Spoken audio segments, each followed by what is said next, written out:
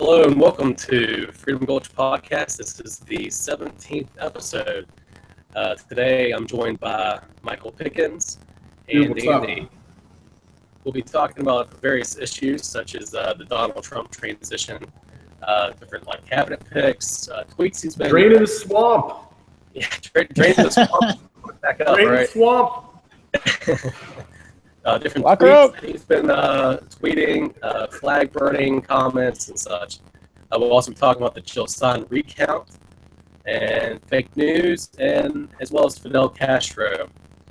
All right, guys, Yay. let's go ahead and talk about Donald Trump. So he obviously won, and now we're actually seeing the transition happen in front of our eyes. I think it's definitely very interesting watching this transition compared to Barack Obama. I remember that was the first transition I really paid attention to, I guess, and seeing the contrast between them. What's your overall take on the transition? So let's talk about some issues here, right? You've got NSA surveillance, and you've got his picks for the National Security Agency and the CIA. And we've got Republican Senator Jeff Sessions for Attorney General and Republican Representative Mike Pompeo for Director of the CIA, who were both leading advocates for domestic spying. Basically an increase. It's not enough. What Bush did and what the Patriot Act did for these guys wasn't enough. And this is who Trump is putting in these positions, which is the opposite of draining the swamp. If you're an authoritarian asshole, you should love these guys. Yeah, Pompeo and Sessions especially are really scary. Sessions, is a horrible drug warrior too. Yeah. The whole thing, they've been dragging out the quote over and over and over. Well, I thought the KKK was okay until I found out they smoke pot. Well, So that's our new Attorney General. That we're, I kind of don't know what to make of, like Nikki Haley for the UN. What do you even do with that? Dude, he's dredging the swamp. That's what he's doing. Dredging the swamp. You're not draining the swamp. Just getting more establishment Republicans in there, authoritarian Republicans right in there. Yeah. Well, the big debate's been over Secretary of State lately, which is basically coming down, by all indications, coming down to Giuliani and Romney. It's any worse than that. Which terrible wing of the Republican Party do you want him to choose from? I don't know, man. I'm just ready for the next 4 years to be over, honestly. What do you do at this point, right? So look at the Democrats and look at Barack Obama. He got 5 million votes, or Hillary Clinton got 5 million votes less than Barack Obama did in 2012. Why is that? Because 5 million of the Democrat voters basically just gave up. They said, okay, I'm done. I'm just going to go back with my life, and I'm not going to pay attention anymore. More and more people are doing this. What are we supposed to do with these picks? There's really nothing we can do at this point as far as directly impacting who he's picking for his cabinet positions. Yeah, it's definitely scary. I mean, you see somebody like Sessions, like you said, the KKK with the marijuana. But he says outright that if you smoke marijuana, you are a bad person. So we are very bad people, I guess. I am a horrible, horrible person. Jeff Sessions would not invite me over to Thanksgiving. I guarantee it. No, not at all. It's definitely, but then you see his cabinet picks, and there was establishment, authoritarian, on and on and on. But then you think that you're getting a presidential Trump, more laid back, but then you keep seeing these tweets that he keeps putting out, and you're like, that's not what you expect a president, to be saying. I think it just came out last night or whatever about the flag burning, and that maybe somebody should be put into jail for that. Do you not understand the Constitution, First Amendment rights? It just baffles me. It's just like we're in some alter universe. I don't know. It's a stranger than fiction. Dude, people who freak out over the flag being burned are very, very weak emotionally, right? They don't care that the government has burned the Constitution, but they care about the colored piece of cloth. That's what triggers them. It's all emotional based, right? And Trump feeds right into it. So what did he say that they would revoke citizenship? Yeah. Or throw someone in jail for a year? And there may be some good stuff with that, because right now I think it costs like over 10 grand to get your citizenship revoked. So this could be an easy way out. Yeah, it might save some money, right? Yeah, save some money. Burn a flag. You no longer have to be a U.S. citizen. You no longer have to pay taxes. This is wonderful. Well, I mean, bringing that point up, more and more people every year are renouncing their U.S. citizenship and moving abroad. Mexico, and you wonder why. Or wherever. Wonder why. Look, so Bush granted himself, and the Congress granted Bush all these new powers for surveillance over the entire population. Obama, over the past 8 years, has done nothing to repeal any of that. Yep. And now, here we go. Donald Trump's going to be the president, and the Democrats had 8 years to reduce the power of the presidency, which they didn't, and they've actually increased the power of the presidency. Now it's their worst nightmare, where they should have been protesting their own president. Democrats should have still been protesting. They didn't, and they let him slide, and now they're having to deal with the consequences. But we all have to deal with the consequences, and they're bullshit. But that's the thing. Everybody wants their person to have that power, but then as soon as the other person has that power, then, they're all scared about it, which they should be with anybody having that much power.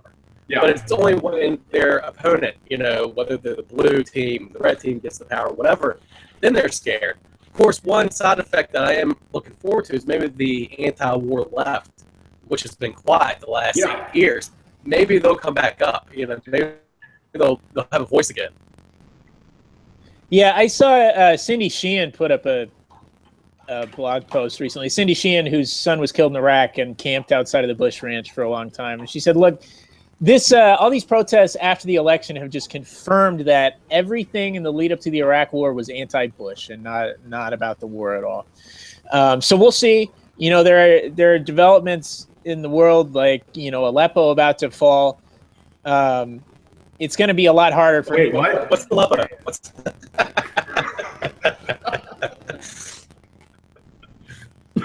Go ahead. Sorry. So we'll see. I mean, Trump is not going to be a peace president if he has Romney or Giuliani as Secretary of State. So maybe they will come back. I don't know. But you look at how easy it is for Trump to get these controversial cabinet picks named. Big part of that is the nuclear option, of course. The Republicans warned the Democrats in 2008 that if you go through and you nuke the filibuster, one as soon as the Republican is back in charge. And they are. Yep. Well, we'll see what's going to happen. It's going to be a very interesting next couple of years, that's for sure. Oh my God. But as far as the flag burning stuff, like I'm not a big proponent of destruction, of burning, anything, burning a flag at least. But still, people should have the right to do it. If they paid for the flag, one, and they're burning it on their own property, I don't think they need a permit to burn, but that's regardless. You have to get a U.S. flag burning permit. You got to get a fire pit at your house, and then you can burn the flag. Well, but so that's how you destroy flags, though. Like, what is the army going to do with their old flags? The law says they have to burn them. What are they going to do? Dude, but you need to have the right songs playing while you're burning the flag, all right? And you got to be saluting and stuff.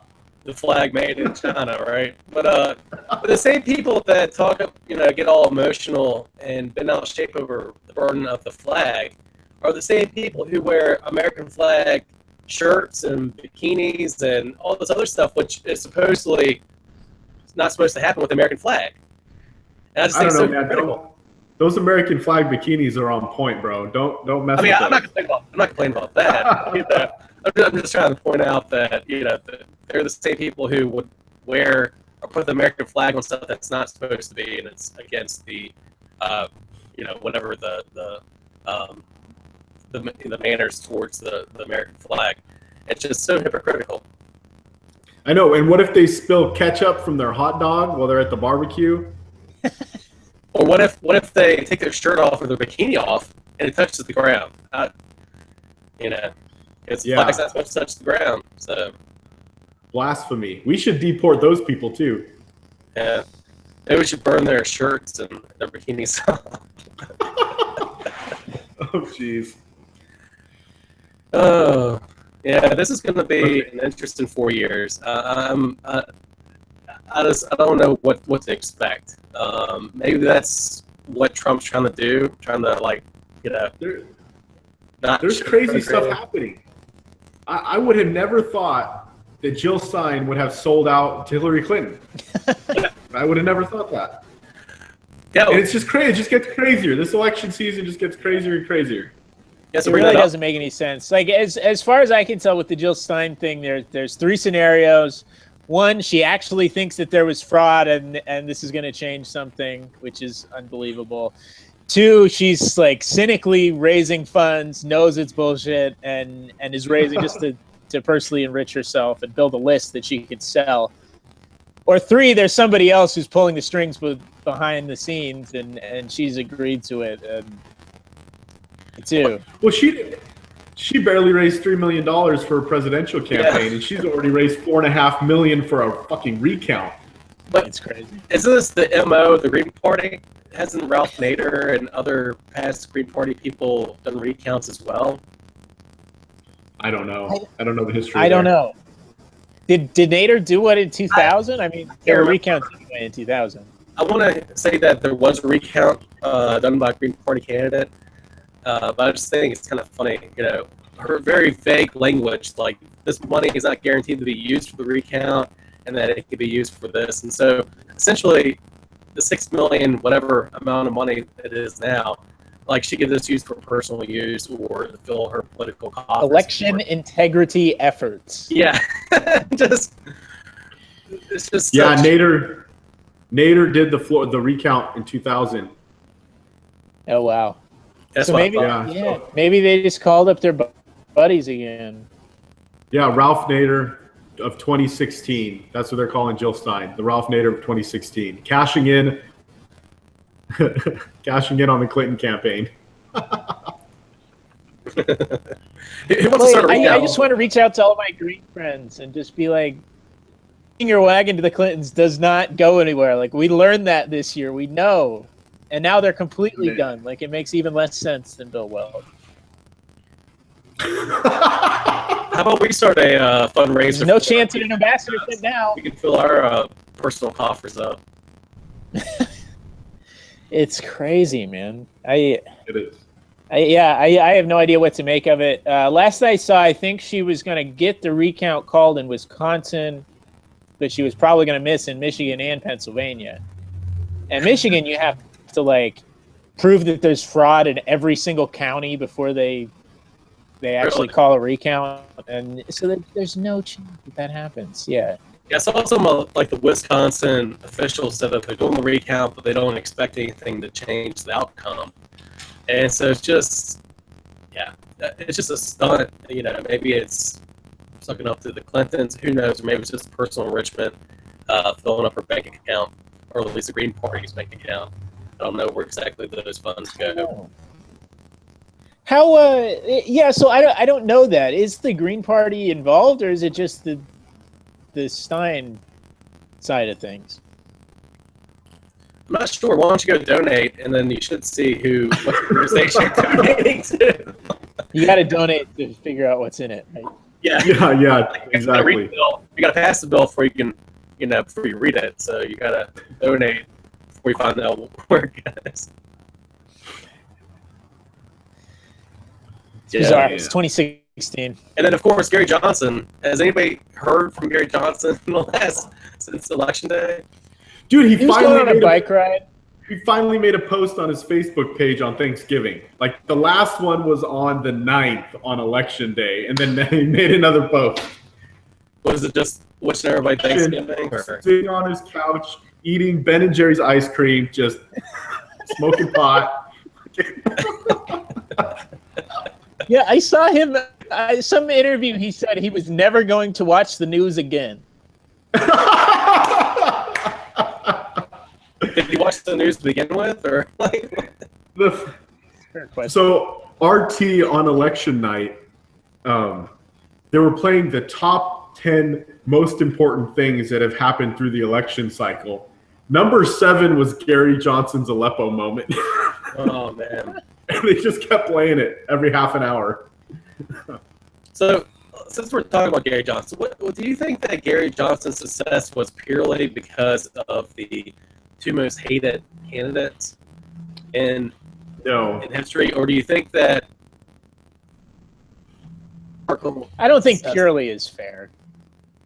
No, there's a lot of factors that play into it. Some of it is the 2 most hated candidates, but there's more and more libertarians that are people who are turning into libertarians, learning about libertarianism and becoming libertarian, right? That's what it is. We're getting more libertarian voters, people who agree with us, because the way that it's going to work with the internet and Facebook and memes, think about the last 4 years of taxation is theft memes out there. The last 4 years of us pushing this type of media out there into the public. More and more people are going to get educated because of it, and there's going to be more libertarians. When people realize that the Republicans and Democrats are just different flavors of authoritarianism, and that the Libertarian Party is the only political party that stands for liberty, really the only one, then they're going to come and they're going to join us. They may not agree with everything, but they're going to join us because they align with us more closely than any of the other parties. But if we are a big tent party, will we continue to run people such as Gary Johnson, Bill Weld? Will we continue to run people that are, libertarian only because they couldn't succeed with the Republican Party or whatever? Sure. And that's going to be a test that we have as far as the presidency in 2020. Yeah. Right? As far as on the local and state level, there's going to be a lot of different races. There's going to be hardcore libertarians running and pragmatic, 70%-ish libertarians running as libertarians. However, in 2020, what I would like to see is a libertarian who is principled but can communicate those principles to the average person in a way that reaches their heart and their mind. Right? We haven't had that before, and that's what we need. Yeah. Look at Ron Paul, man. Ron Paul was not a very charismatic speaker, but he spoke on principle. You knew where he stands across the board. Now imagine having a very charismatic speaker who spoke to principle. Yeah, that's the thing. Like, and everything in the libertarian. Yeah, go ahead, Andy. Sorry about that. I was just going to say that, everything in the Libertarian Party comes back to, well, really 2 people, Ron Paul and Harry Brown. There was a petitioner who sent out a bunch of Harry Brown emails this week, watching the videos from his acceptance at the convention. It's just, the stuff that he would talk about is just incredible. And everything he says is end the income tax, or we're going to privatize Social Security. And here's the reason why it works. Here's the reason why it's smart, why it's moral, why it's the best policy. And he does it, and he's a nice guy. He's up there, bringing the party together. He's making jokes about anarchists and minarchists. You might be shocked to hear that some people in this room believe the government should be as big as $800 or $900. Like, it's erupting. So, it can be done. I really chafe at the idea or at the use of the term pragmatist to describe less than consistent libertarians, because I don't think that's pragmatic.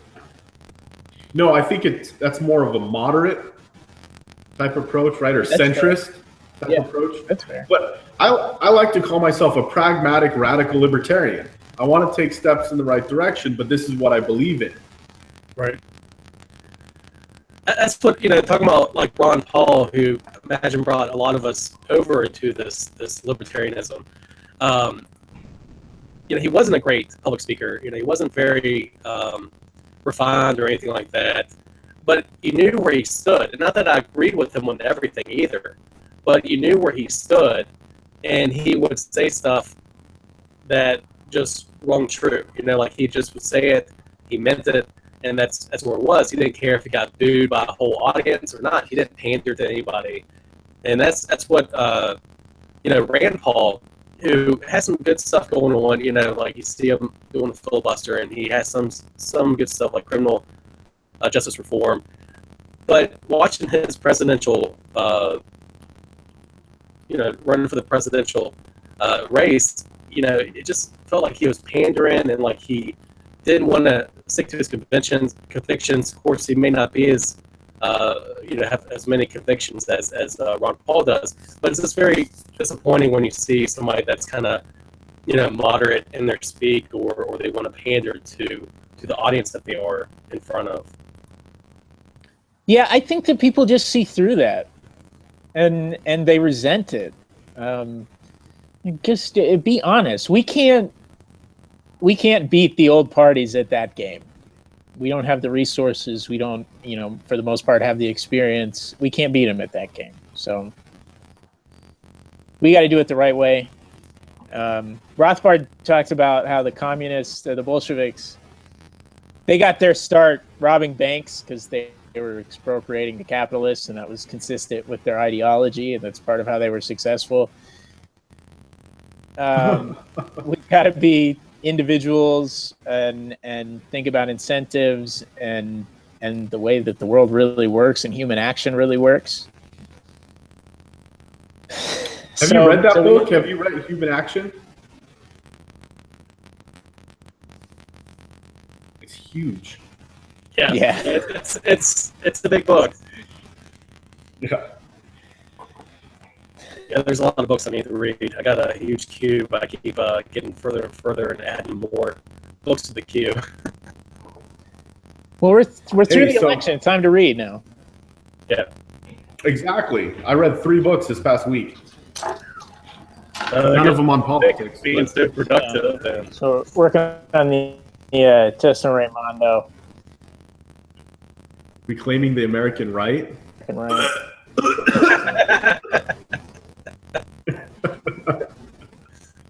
I think Andy froze. Yeah, just Raimondo, an interesting week. Go for it.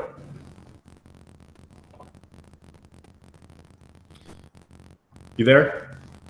All right, I think we lost Andy. Yeah. I can hear you. You're a little delayed. So, all right, well, let's go ahead. Let's talk about this fake news. If you haven't heard, they're talking about combating fake news sites and such, and Washington Post released the blacklist. And did y'all see about this? Or what are your thoughts? Yeah, so I've figured out a good way to identify fake news. If they refer to themselves as a news source, then they're most likely fake. So CNN. Sorry. Yeah, CNN, definitely. It's fake news.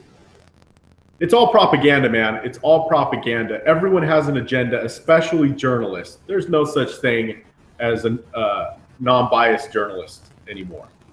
Yeah, well, you look at the WikiLeaks that came out, and you see the candidates, the campaigns working with, the news, the journalists and the news organizations on questions, what to ask, what not to ask, what stories to hold back on, what stories to highlight.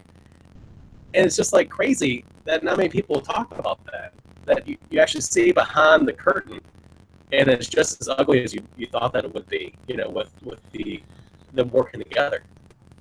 Yeah, it's all political propaganda, man. Fear-mongering. They're trying to use psychology to sway the American public to vote a certain way. It backfired on a lot of the liberal media this time around because they put it out there that Hillary Clinton was going to win.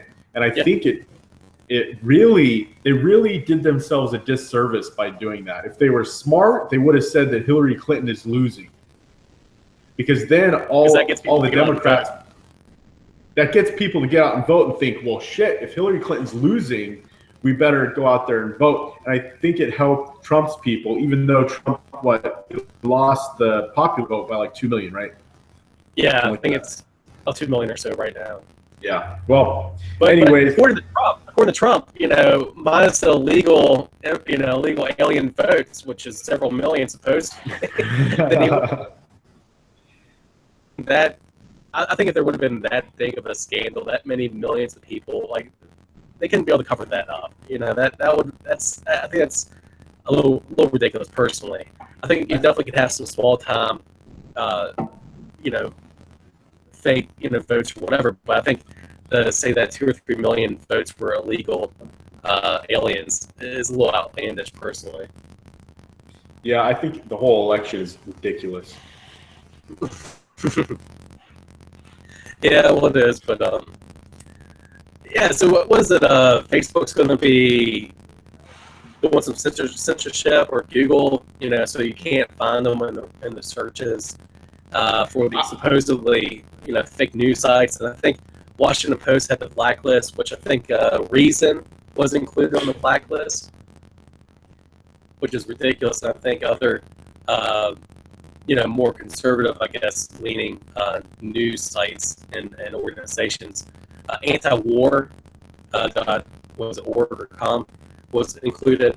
And so just pretty much anybody that goes against the mainstream thought, or the, what's considered to be mainstream.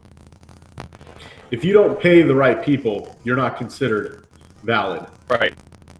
Pretty much. If you're not towing the right line, if you're not paying the right people, if you're not helping out the right people, then you're not considered to be a reputable news source. Mm-hmm. Andy, you there? Andy, he's figuring it out. So let's talk about my hero, Fidel Castro, passing. All right.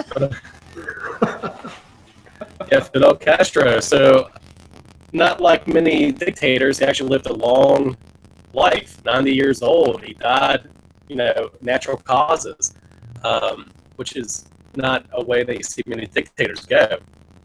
So, what are your thoughts on Fidel Castro? Yeah, I don't know what's going to happen in Cuba. I hope they get more freedom, though. I know that his brother Raul was not as bad as him, but I don't know what's going to happen. Really, I don't. Yeah, I imagine it's definitely a weird time. You don't know which way it's going to go. Hopefully, it signals, for even greater freedom to the Cuban people.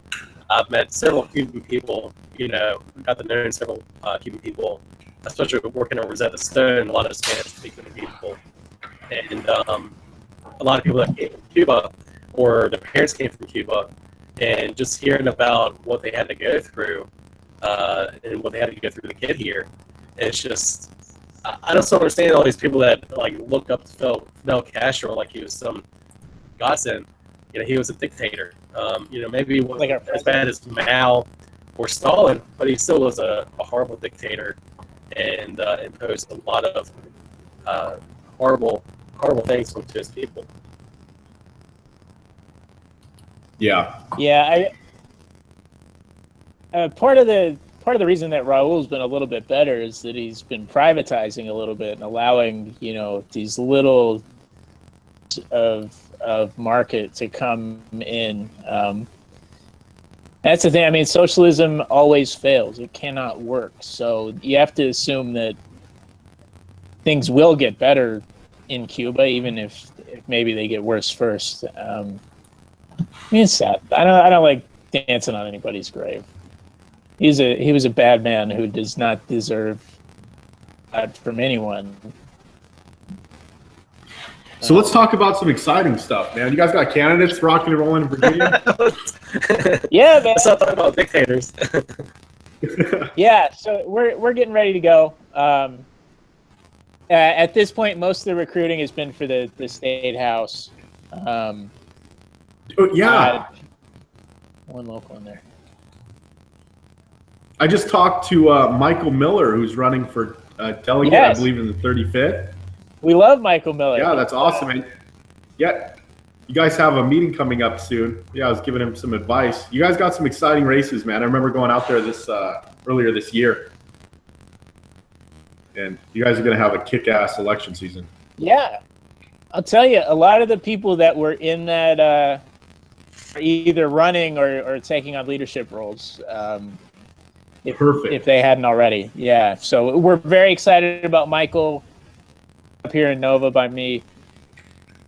And yeah, we got this. The LNC has a meeting December 10th and 11th in Alexandria at HQ. So hopefully Michael will go and raise some funds there. Yeah, unfortunately, I don't feel like pulling my hair out, so I'm not going to be in attendance. However, make sure you say hi to Larry Sharp because he's going to be there. I definitely will. Speaking of somebody that can communicate liberty, right? Yeah, so Larry Sharp's campaign, it's still potential campaign for governor of New York, but it's looking really good. So it's good. Look forward to watching that. And I know. Go ahead, Ben. No, I know of 9 libertarians running for governor in their states in 2018. So It should be very exciting next couple of years. And in Virginia in 2017. If you know anybody. Yeah, that's up to you guys, man. I can help you recruit someone. You should run some ads. What you got to do. Yeah. We talked about that. What's the status on the major party status in Washington? I saw that you got like 5.01%. The latest I saw, is it all the way in, or what's the status? Yeah, it's supposed to be certified today, or was supposed to be certified today. I just checked the website, and it said last updated at 4:21 p.m. And it has Gary Johnson at 5.01%. Oh, man. Now, I don't know if these are the certified numbers. It doesn't say. But tomorrow, I'm going to be making a phone call to the Secretary of State's office and seeing what they have the numbers certified at. If they say we're certified at 5.01%, we're taking this all the way to major party status, my friends. That's great. That's by the skin of your teeth. Oh, my God. Dude, there's libertarians in the state of Washington that don't want us to reach major party status, because then we'd have to fall in the PCO system. What? Yeah. I was talking to a guy today. So explain the PCO system. Okay, precinct committee officer. It's the smallest unit of political organization. Okay. Basically your neighborhood, right? And yeah, what happens is that you run to be a PCO, so you file with the county to run to be a precinct committee officer, and only people within your precinct get to vote on the precinct committee officers. You either get a Republican, Democrat, or Libertarian ballot. That's how it works. And it's the same with presidential primary. So now if we become a major party status, now we get presidential primaries. So during the primary, way early, is that we get to choose between a Republican, a Democrat, or a Libertarian ballot, whereas we've never had that. How about a state-funded primary? Yeah, it's state-funded primary. The ballots are especially already if there. it doesn't have any bearing on the results of the convention. Well, what do you mean? So if 5.01 is certified and then there's a libertarian primary in Washington, the delegates still get to vote their conscience at the convention, and the taxpayers are footing the bill. So the taxpayers are already footing the bill. The ballots already go out. Now we would just, instead of just having your Republican and Democrat precincts, it would have a Libertarian there on there as well, on the same ballot with Republican and Democrat. But you can only vote in one. Okay. It's not going to add any cost to it. Okay. That is one of the arguments. There's another fake argument. mail. So the arguments that are being made, right? Oh, well, we don't want a state-funded primary. The primary's already state-funded. It's going to be on the same ballot that's already being sent out. It's not costing any more money. So that's one of the arguments against it. Another argument against it is that anyone can run for the precinct committee officer slots. So therefore, the Republicans and Democrats can take it. So they could just precinct committee officer slots, and now they control the party. However, if the Republicans and Democrats wanted to, they could sign up a couple hundred people to be members of the state party and send them to the state party convention and take over the party. And technically, I came from the Republican Party, so the Republicans already took over. Yeah, I mean, Right? 12 years. Just kidding. But that's really exciting. I really hope that it does happen. I mean, it looks towards it, but that is by the skin of your teeth. I remember before the absentee voting or whatever, well, you're like 4.92% or something like that. So you've got it was really 5.01. So that's a great accomplishment. Do you know of any other states that got major party status? There's a handful of them, right? Well, I know there's 38 states that now have ballot access, for sure. that's the figure I was going to quote. Mm-hmm. That's great. Too bad Virginia, we still have, 10% we had to reach? And of course, we got nowhere near that. No, it's a lot in Virginia. So we're back to 10,000 signatures for a statewide next year, which we'll be able to knock out. It'll take some finagling and a lot of work for one thing, and more funds than we would like, but we'll do it. We just got to find the person. Major party status is definitely a good thing. Yeah. Well, what's the current status? Although I would have to. What's the current status on finding candidates for the statewide races? Governor and whatnot. There is nobody intending to run, as far as I know, so far. Hey, so what happened to that Republican congressman that endorsed Gary? You should talk to that guy. Yeah, I know Bo put in a couple of calls with his office, Scott Rigel. Yeah, but I think he's riding off into the sunset. No, he was not a libertarian. I did. So a Virginia... so the blog is Virginia Right. I mean, this guy Sandy Sanders is kind of on both sides, libertarian and Republican. His friend of Corey's is a good guy, but he suggested that we get this Democratic state delegate Sam Rasool to run for governor. No, for lieutenant governor, because governor was too much money. I'm like, what are you thinking? Okay, Charles Perallo. Like, it just doesn't make any sense. I seriously do not understand why choosing between two Democrats and a Republican is any better than the two-party system that we have now. There's nothing good about three parties. Well, he was trying to have me run for lieutenant governor for a while. He was talking to me and Corey and whatnot. And Corey still puts hammer for lieutenant governor, like on everything. I'm like, I told him I'm not gonna run, man. Yeah, we really, we're going to be able to handle, I think, one statewide candidate, and that will probably be governor. Attorney general is really hard in Virginia because you have to be barred in Virginia for 5 years. Wow. I mean, a lot of places you don't even have to be a lawyer to be attorney general, but Virginia makes it hard. You do not have to be a lawyer to be a Supreme Court justice. What's that Robert Sarvis guy up to? He is working a hatchack job and, enjoying the time with his kids and his wife, and they're enjoying the time with him. He's still around. We see him plenty. Oh, I know. I saw him when I was back there. Yeah, well, cool, guys. Reynolds Street. Yeah, cool, guys. Any other topics you want to touch on before you leave? I don't think so. No, good. All right, guys. Well, thanks for joining us, and we'll be back in about 2 weeks or so for another episode. Awesome. You guys have a great